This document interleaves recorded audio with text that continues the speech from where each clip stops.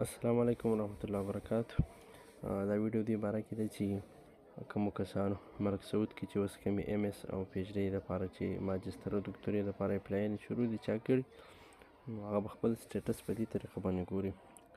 دا لینک به چې دی کوم چې ډسکرپشن دی په هغې کې به موجود وي، په هغې به کلیک کړي، همداسې مخې ته به یو صفحه هغه کولاو شي. چې کله دا کولاو شي دلته دا ویب سایټ، نو دلته لیکل دی اسم المستخدم. اسم المستخدم نه مراد هغه اسم المستخدم دی چې کله تعالی چا اپلای کړي، کوم جیمیل یې ورکړی لاندې ورته لیکلي دي البرید الالکترونیه، هغه جیمیل ته مراد دی. دلته به هغه جیمیل چې به کوم جیمیل ته چا اپلای کړي هغه به دلته ولیکي.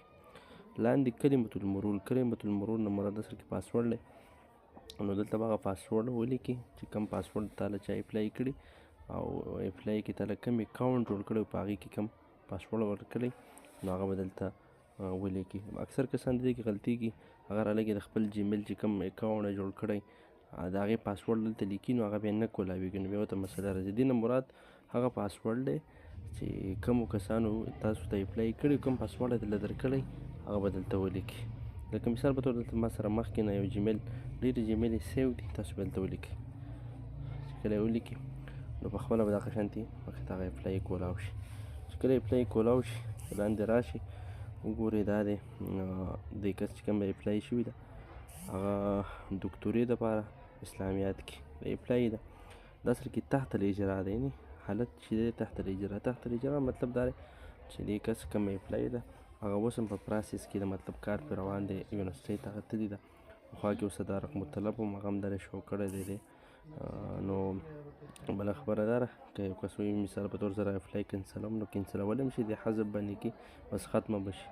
او دې کې تعدیل هم کېدلی شي، مطلب که څه غلطۍ ملطۍ هغه دي ویستلی کېږي، په دې طریقه باندې کلیک کړي د اپلای بېرته دوباره هم کېږي دغه ټیمه پورې. نو دا هغه طریقه ده چې په دې به ته خپل سټیټس هغه ګورې.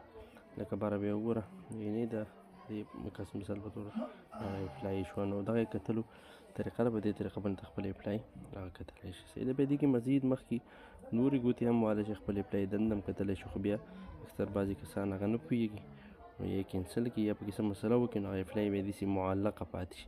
نو دې وجې نه چې دې ځای پورې وګورئ چې تحت الاجرا ده، نو مطلب ستا اپلای اوس په پراسس کې ده، نو دې ځای پورې هغه کتلو دغه طریقه ده.